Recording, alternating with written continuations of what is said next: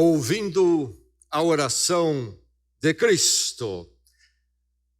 Na noite da sua traição, Jesus Cristo, numa longa reunião com seus discípulos no cenáculo, quando instituiu também ali a ceia do Senhor, ele orou a oração que está em João capítulo 17.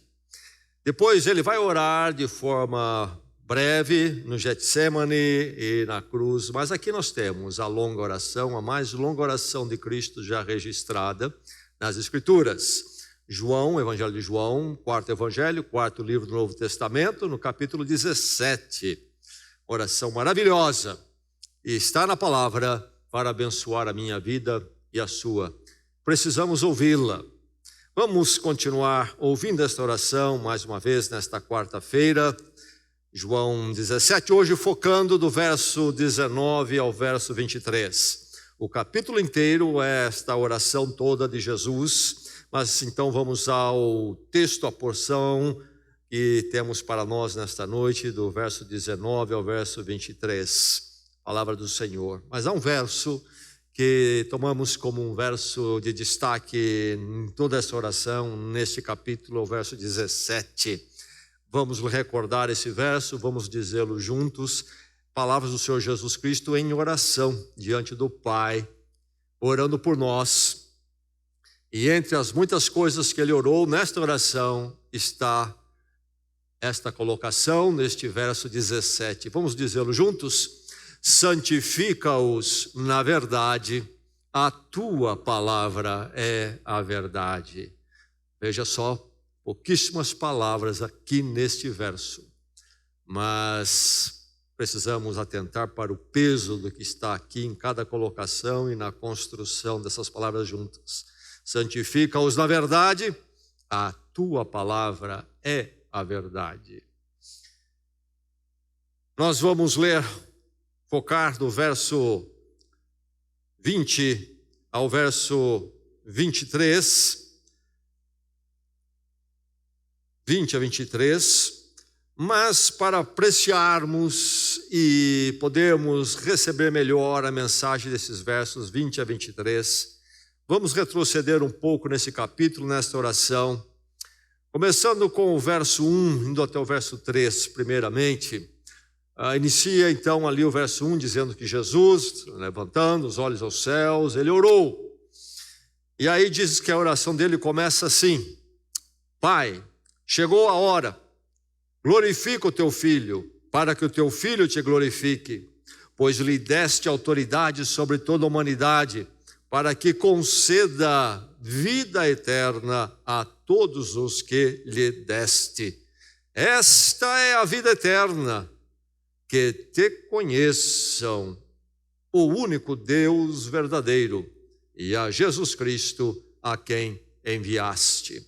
Então diz ele aqui, glorifica o teu filho, para que o teu filho te glorifique.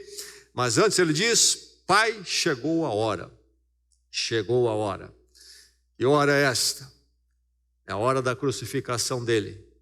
E no Evangelho de João, hora é repetida diversas vezes, sempre apontando para esse momento. É uma hora técnica, específica, e sempre olhando para esta hora como um momento de glorificação.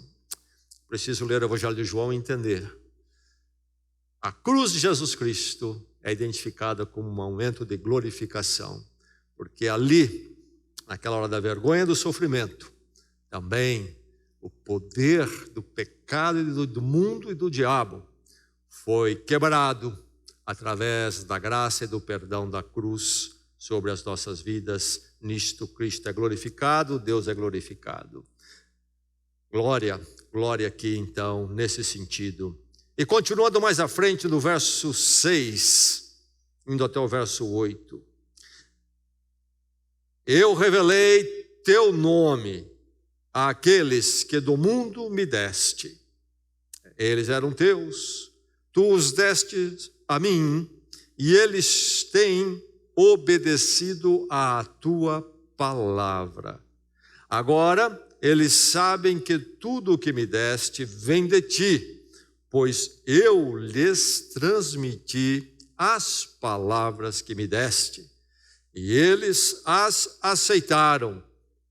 Eles reconheceram de fato que vim de ti e creram que me enviaste.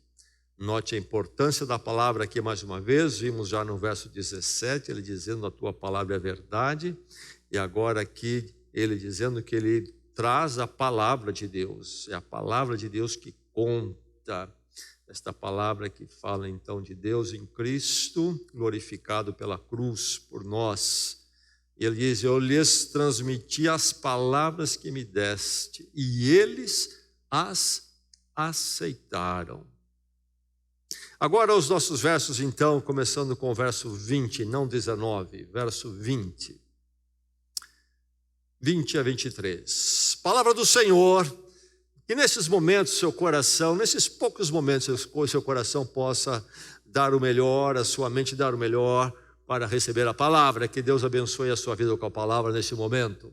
Ouça, minha oração não é apenas por eles, rogo também por aqueles que crerão em mim, por meio da mensagem deles, para que todos sejam um.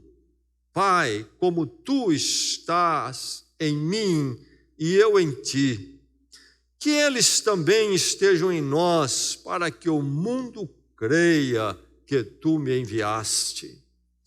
Dê-lhes a glória que me deste, para que eles sejam um, assim como nós somos um. Eu neles e tu em mim, que eles sejam levados à plena unidade, para que o mundo saiba que tu me enviaste e os amaste como igualmente me amaste. Outra vez a palavra do Senhor.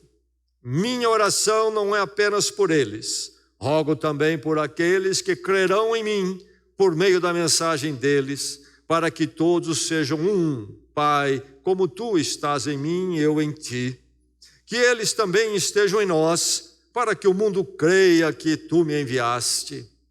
Dei-lhes a glória que me deste, para que eles sejam um, assim como nós somos um. Eu neles e tu em mim, que eles sejam levados à plena unidade, para que o mundo saiba que tu me enviaste e os amaste como igualmente me amaste. Esta é a palavra do Senhor.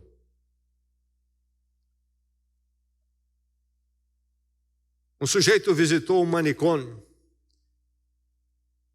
Algumas dezenas ali de pessoas com deficiências, chamados loucos.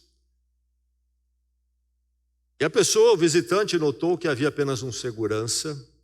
E num dado momento, o visitante perguntou ao segurança: você não tem medo de estar aqui sozinho, um único segurança com tantos loucos aqui? E se eles se ajuntam e vêm para cima de você? O segurança respondeu: não há perigo. Loucos nunca se unem. Não sei se isso é verdade ou não, mas eu sei que, se é verdade, não é verdade só sobre loucos. Se há algo que falta entre os seres humanos, é a união, é a experiência da unidade. O ser humano luta com isso e tenta construir de muitas formas, nos seus próprios esforços e valores, mas é sempre frustrante a experiência. E lamentavelmente, porque é a natureza humana fracassada assim, a própria igreja de Jesus Cristo muitas vezes fica faltando em termos de unidade. A igreja de Jesus Cristo muitas vezes sofre com a falta de unidade. Mas aqui, quando nós lemos esta oração de Jesus Cristo, numa hora derradeira, uma hora crucial, até angustiante para ele, quando então ele vai aos seus anseios mais profundos em relação à sua obra por nós, o que é que nós encontramos? No verso 21, o que ele clama, o que ele pede?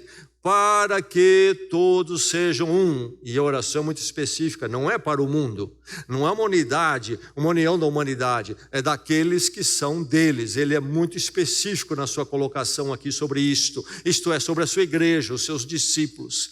No verso 21, para que todos sejam um. O que nós encontramos no verso 22? Para que eles sejam um novamente. E no verso 23, outra vez o mesmo pensamento, em outras palavras, que eles sejam levados à plena unidade. Poucos versos, poucas sentenças, e o mesmo pensamento então recheia aqui, aparece de forma constante e marcante nesses poucos versos. Então, nós precisamos notar aqui essa questão da unidade da igreja. A unidade minha com vocês, vocês comigo, você com ele, eu com você. Esta unidade da igreja estava no coração de Jesus Cristo ali, nos momentos anteriores à cruz. E está aqui então algo que é fundamental para a igreja de Jesus Cristo e para então a minha experiência como cristão e para a sua experiência como cristão. Jesus Cristo orando. E vamos encontrar essa temática, este assunto, este ensino em diversas partes do Novo Testamento, nas cartas apostólicas, e é algo central para a vida cristã. E é algo que é frustrante até ver que os crentes muitas vezes não entendem como é essencial a igreja, esta unidade em Cristo.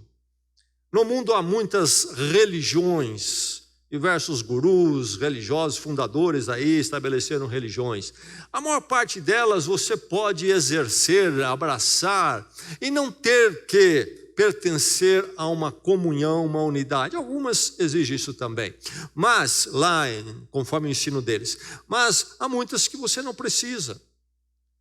Há religiões populares dos nossos dias e que você pode abraçar lá na sua intimidade e não ter nenhum compromisso com nada assim, como uma igreja. Mas na fé cristã, no ensino do Evangelho, no ensino de Jesus Cristo, este ser igreja, ser uma unidade, não é um acessório, mas algo que é essencial. Você sabe a diferença entre acessório e o que é essencial? Todos nós sabemos. Se você vai adquirir um automóvel, lá você diz, eu quero então um automóvel, por exemplo, novinho, do ano, na agência de automóvel, e aí você vai ouvir a conversa do vendedor. O mesmo automóvel pode vir com uma série de acessórios ou sem. É o mesmo automóvel, é o mesmo modelo. Há coisas ali que são coisas que incrementam, pode dar um pouco mais de conforto, beleza, mas o automóvel pode ser o automóvel sem os acessórios. Deixe-me dizer que ser discípulo de Cristo não é ter a igreja como acessório. Eu posso ser discípulo de Cristo, depois a igreja eu abraço ou não, abraço um pouco na medida que eu quero.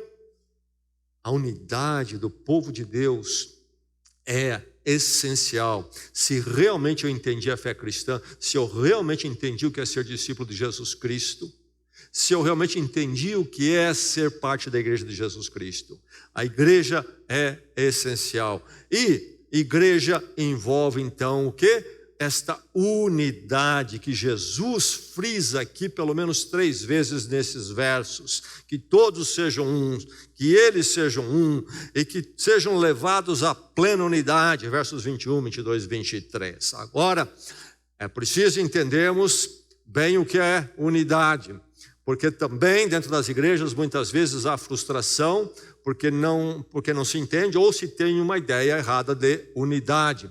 Vamos lembrar que unidade é diferente de uniformidade. Em nenhum momento na palavra de Deus é exigido de nós uniformidade. Há uma variação muito grande entre nós, no que nós somos fisicamente, no que nós somos nos nossos caminhos de vida, profissional, econômico, social, na nossa personalidade. Há uma variedade, uma riqueza até do que o próprio Deus criou. A Bíblia não ensina uniformidade em lugar nenhum, nem mesmo no contexto da humanidade social. Há o pensamento comunista que ensina isto, mas isso não é bíblico. A Bíblia sim fala sobre e nos envia a lutar por justiça entre os seres humanos, isso sim, mas somos diferentes, nossos caminhos e experiências e naquilo que fazemos ou não fazemos. Mas dentro da igreja, mais do que nunca, você tem o seu jeito, você tem os seus interesses lá em termos da sua vida no geral. Algumas coisas o atraem mais, eu tenho outras coisas. Isso em todos os caminhos da vida.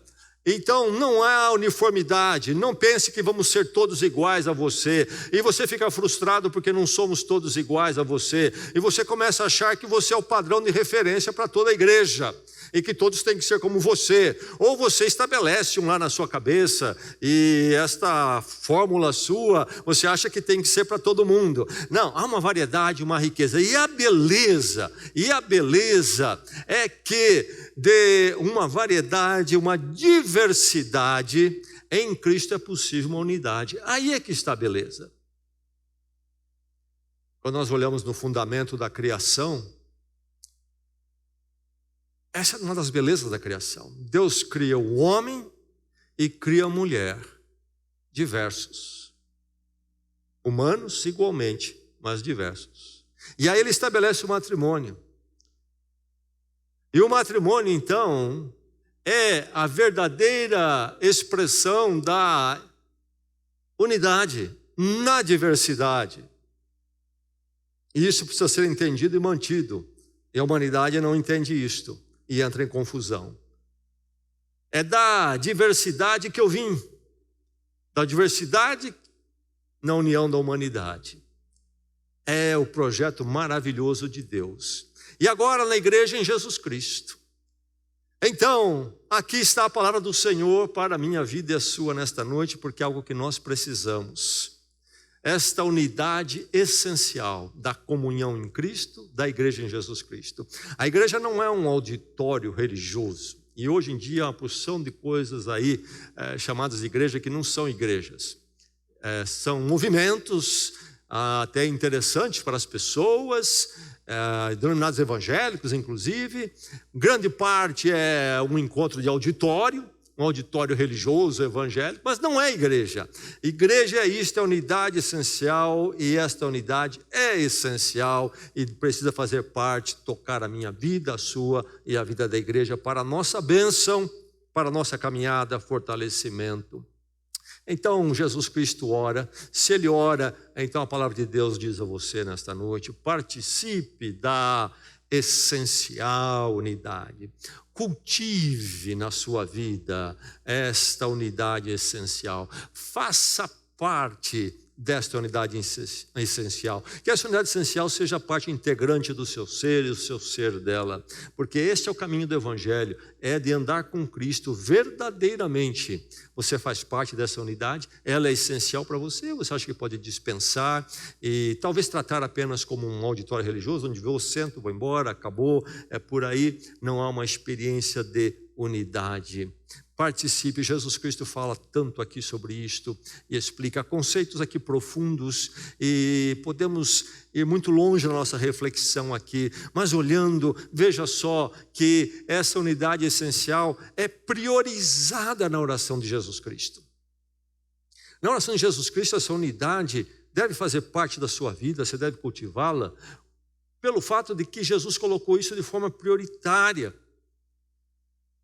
Minha oração é, e aí ele vai desenrolar todo o pensamento aqui que lemos e vai tocar na unidade. Jesus poderia ter orado sobre tantas coisas, Era uma hora tão chave, tão derradeira na vida dele. Naquele momento está muito claro, ele diz, chegou a hora. Chegou a hora. No Evangelho de João, hora aparece tantas vezes. Se você for lá para o capítulo 2, o início, aqui é o capítulo 17. Capítulo 2, quando Jesus inicia o ministério dele, que ele publicamente se abre para fazer o que ele veio fazer, aos 30 anos de idade. Ele vai ao que é um casamento, segundo o Evangelho de João. Você já ouviu falar certamente dessa história. O casamento de Caná da Galileia. E lá ele transforma a água em vinho, naquela festa. Primeiro sinal na linguagem do Evangelho de João que Jesus deu da sua glória. Primeiro sinal, e certamente que já falava da transformação que ele veio trazer ao mundo, não era que ele estava preocupado em ficar transformando a água em vinho, havia todo João chama de sinal, era um sinalizador daquilo que ele deveria de fazer. Mas ali há uma comoção, a própria mãe dele intervém e Jesus diz ali, ainda não chegou a minha hora. Ao começo do ministério dele, tinha mais 3 anos ainda pela frente. Esta hora ainda não chegou, vai chegar. Ele fala sobre esta hora outras vezes, através ali desses meses. E finalmente agora ele diz, chegou a hora. Então, nesta hora, o que passa na cabeça dele? Há tantas coisas pela qual ele poderia orar e pedir. E ele vai clamar para que eu e você que somos dele sejamos um. Então você precisa participar, cultivar esta unidade essencial, porque ela foi priorizada na oração de Jesus Cristo. Havia preocupação no coração dele com isto. Isto é fundamental para a obra dele em nossas vidas e no mundo. Participe, então, dessa unidade essencial, porque ela é algo que abrange quem? Toda a igreja, é abrangente a todos nós. Não é algo para um grupo, é para aqueles ali. Eles são religiosos. Ou talvez aqueles, num conceito, por exemplo, de certas igrejas que cria essa classe clerical. Então seria o clérigo. É para eles, não é? Que entraram nessas ordens religiosas, quem sabe. Mas não, eu não sou um que entrou, eu sou um cristão ali. Então isso não é para mim. Não é essa distinção. A unidade é para todos, ele ora por todos. Não é apenas por eles, diz Jesus Cristo. Quem são esses eles aqui? Aqueles que estavam ali. Então, naquele momento, quando Jesus ora, ele diz, eu não oro só por eles, que estão presentes aqui. Ele continua, rogo também por aqueles que crerão. Eu e você estávamos no coração e na mente de Jesus Cristo naquela noite. Nós que somos dele, estávamos ali. Nenhum de nós estava fora do pensamento de Jesus Cristo. Nenhum de nós estava fora desta oração dele, para que eles sejam um. É abrangente a toda a igreja, envolve você, meu irmão. Nenhum de nós pode sair fora, dizer que não precisa, ficar desinteressado, deve estar em nós, se estamos em Cristo. Então, este cultivar, este buscar ser parte dessa unidade tão essencial. Mas como é que nós chegamos a essa unidade essencial? Essa unidade essencial é mediada em Cristo. Não se trata de nós apenas nos ajuntarmos pelos nossos esforços e querermos ser uma unidade, esta unidade que Jesus visa aqui. Nós, para chegarmos à unidade, precisamos da mediação dele. Neste capítulo, nós temos aqui um exercício, a dinâmica da Trindade, grande doutrina das Escrituras Sagradas. Deus triuno, revelado a nós. E nós encontramos especialmente a questão do Pai e do Filho aqui. Eles aparecem claramente distintos, mas também em unidade. A unidade absoluta, mas também distintos no mistério da Trindade. Há muito que se possa falar sobre isto. Isto é fundamental para a fé cristã. Há muita coisa a se dizer sobre isto. Deus triuno é algo que é revolucionário e então expressa e traz a nós uma dimensão que não podemos encontrar de outra forma. Por exemplo, o fato de o nosso Deus ser um, mas não ser uma solidão dentro dele, torna possível ele ser essencialmente amor. Porque na dinâmica da Trindade é possível, então, ali o amor ser refletido dentro dela. Se Deus fosse um só e não triuno, ele estaria amando a si mesmo, seria apenas um narcisismo, um egocentrismo. Mas Deus é amor. E aí é que ele vai manifestar, extrapolar isso na criação e também na salvação em Jesus Cristo. Mas enfim, nós encontramos aqui o Pai e o Filho. Nesta dinâmica, muitas vezes um só, para falar apenas desses versos que lemos, e ao mesmo tempo, às vezes, manifestos como distintos. A comunhão divina no verso 21, que eles estejam em nós, ora Jesus Cristo, que eles, os discípulos, a igreja estejam em nós. E aí então falando deles como um só. Mas no verso 23 é pela mediação do Filho. Eu neles e tu em mim. Deus manifestado a nós em Jesus Cristo, Deus conosco, Messias, Deus encarnado, verdadeiro homem. E nós nele, então, estamos em comunhão com o Pai, diz o verso 23. Eu neles e tu em mim. No verso 23 ainda ele diz, e os amaste, como igualmente me amaste. Deus derrama, porque ele é amor, Deus derrama, e isso na mediação de Jesus Cristo, derrama o seu amor a nós. Então, essa mediação em Cristo de amor, de graça, que leva à cruz. Chegou a hora, glorifica o teu Filho. É a cruz, é a graça de Deus e o amor de Deus por nós. Se nós vamos fazer parte dessa unidade, se essa unidade é possível, é somente mediada em Jesus Cristo. Poderíamos inventar uma unidade, tentar criar algo nos nossos esforços, mas seria algo humano, não seria essa aqui. Essa aqui é algo divino, que necessita de Jesus Cristo e da ação dele, e do amor de Deus derramado nele, e através dele, através desse glorificar da cruz, e isso tem que tocar o meu coração e tocar o seu, para que nós dois possamos estar então nessa unidade da qual ele se refere. É uma unidade essencial, profunda, sublime. Você precisa, então, participar, cultivar esta unidade segundo Jesus Cristo, esta unidade mediada em Cristo. Mas uma unidade, então, centrada na verdade. Muitas vezes pensa-se que a unidade da igreja vai ser através de nós sermos um pouco mais melosos uns com os outros, ficarmos sentimentalistas. Não é aí, não é por aí. Nós podemos até manipular essas atitudes. É algo muito mais profundo. Esta unidade é baseada na verdade. E é aí esta verdade é que haverá de produzir o verdadeiro amor e um amor conforme ela. Jesus Cristo fala sobre isto. No verso 22 ele diz, dei-lhes a glória que me destes, para que eles sejam um.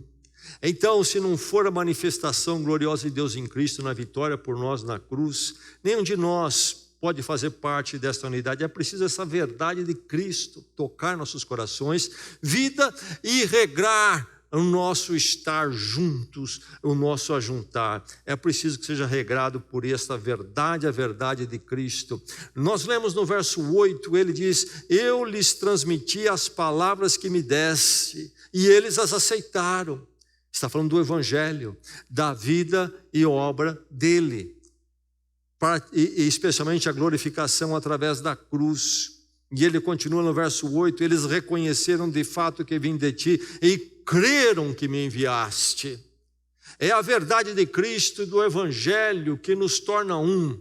Então é centrada na verdade, e é a verdade de Cristo, a tua palavra é a verdade. Qual é o centro disto aqui? Qual é o centro da nossa unidade? Para termos a unidade, nós precisamos de um ponto de convergência. E um ponto que não somente nos traga convergência, mas nos traga uma organização. Qual é esse ponto? Qual é a grande conexão? a verdade de Cristo, vida e obra dele, o Evangelho. O centro desta unidade, o ponto de conexão, não é eu, não é você. É Cristo, a verdade de Cristo, a glória de Cristo por nós.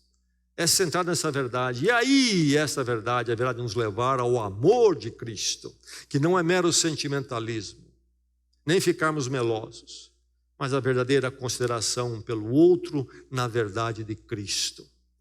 É centrada na verdade. Então, esta unidade não é burocrática, institucional. Alguns pensariam que essa seria a solução para a igreja de Jesus Cristo. Nós precisamos de um escritório central que comanda todo mundo. A igreja vai ser uma, vai ter uma unidade. A igreja de Jesus Cristo não foi fundada dessa forma. A unidade que se experimenta, particularmente na manifestação concreta da igreja local, foi a unidade provocada pela convicção comum da verdade de Cristo e do Evangelho. Durante os 2 primeiros séculos da igreja de Jesus Cristo, não havia nenhum governo central de igreja. E se havia alguma administração, era mais regional, e haviam diversas. E as igrejas tinham toda uma autonomia local, é só estudar as cartas apostólicas e encontramos isso nas Escrituras. O que é que nos traz a grande convergência? Cristo, a verdade de Cristo, a palavra de Cristo. Não é estarmos debaixo de uma burocracia, uma administração central que então comanda. Não, é a verdade de Cristo que nos atrai a Ele. E quanto mais nos atrai a Ele, nós chegamos mais perto um do outro. Porque estamos sendo atraídos para o mesmo ponto. Cristo, a verdade dEle, a palavra dEle, a glória dEle por nós. É a convicção do Evangelho que nos faz nos ajuntar. Não é porque nós gostamos do mesmo tipo de comida, não é porque nós gostamos do mesmo tipo de trabalho, não é porque nós temos os mesmos hábitos de vida, não é porque nós moramos na mesma rua, não é porque nós temos o mesmo nível socioeconômico, é porque Cristo nos atrai para Ele e chegamos mais perto um do outro. Eis a grande verdade dessa unidade, centrada na verdade de Cristo. Participe desta unidade essencial, que é crucial, eu disse crucial para o testemunho. É isso que Jesus diz aqui. A nossa unidade, a volta dele, atraídos por ele, é crucial para o testemunho. Verso 21, que eles estejam em nós, para quê? Para quê? Isto é, ele vai falar de um propósito, uma finalidade. Para quê? Qual é o propósito e a finalidade no verso 21? Para que o mundo creia que tu me enviaste. É numa unidade saudável e forte da igreja que a igreja irá ter um testemunho forte diante do mundo pecador e perdido. O que ele diz no verso 23? Que eles sejam levados à plena unidade. Para quê? Para quê? Propósito, finalidade de novo. Qual é o propósito, a finalidade? Para que o mundo saiba que tu me enviaste. Meu irmão, minha irmã, qual é o maior testemunho diante do mundo? É o cristão saber vivenciar a igreja, a unidade da igreja. Esse é o maior testemunho. Essa é a maior força do testemunho. O mundo, tantas vezes, não tem crido porque a igreja em desunião tem atrapalhado. Eu e você precisamos cultivar esta unidade. Ela é essencial, porque ela é crucial para o testemunho. A igreja de Jesus Cristo, momentos como este, e depois que partimos caminho, ainda em Cristo continuamos próximos uns dos outros. E quando fazemos isso, estamos fortes na fé, próximos de Cristo. E próximos dele, próximos nos outros, somos fortalecidos. nas horas difíceis, nos embates da vida, a igreja é inspiração, é encorajamento para mim. Caminhar sozinho neste mundo, sem a igreja de Jesus Cristo, sem a proximidade dela, seria uma batalha muito difícil. A igreja é, na provisão das Escrituras, no ensino das Escrituras, essencial, é algo essencial e não acessório para mim, porque eu preciso da igreja. Estar na unidade com a igreja, estar próximo de Cristo. Como a igreja nos abençoa. Jesus Cristo não deixou a igreja como um luxo, mas porque Ele sabia que nós precisávamos da igreja. Eu e você precisamos aprender a desfrutar do benefício da igreja e a sermos mais igreja, isto é, sermos mais um em Jesus Cristo. Não sermos uniformes, mas sermos mais unidade em Cristo, na comunhão em Cristo. E juntos, ombro a ombro, lado a lado, mais fortes, caminharmos com o Senhor. E aí, quando assim nós somos um testemunho irresistível para o mundo, segundo Jesus Cristo. O mundo é impactado pela igreja, quando a igreja é realmente a igreja, isto é, quando a igreja chega à plena unidade. Para a bênção das nossas vidas e para a esperança do mundo. E esta oração de Jesus Cristo se cumpra em cada um de nós e se cumpra nesta igreja. Que eles sejam levados à plena unidade, para que o mundo saiba que me enviaste e os amaste, como igualmente me amaste. Que o Senhor aplique essa palavra aos nossos corações. Vamos orar.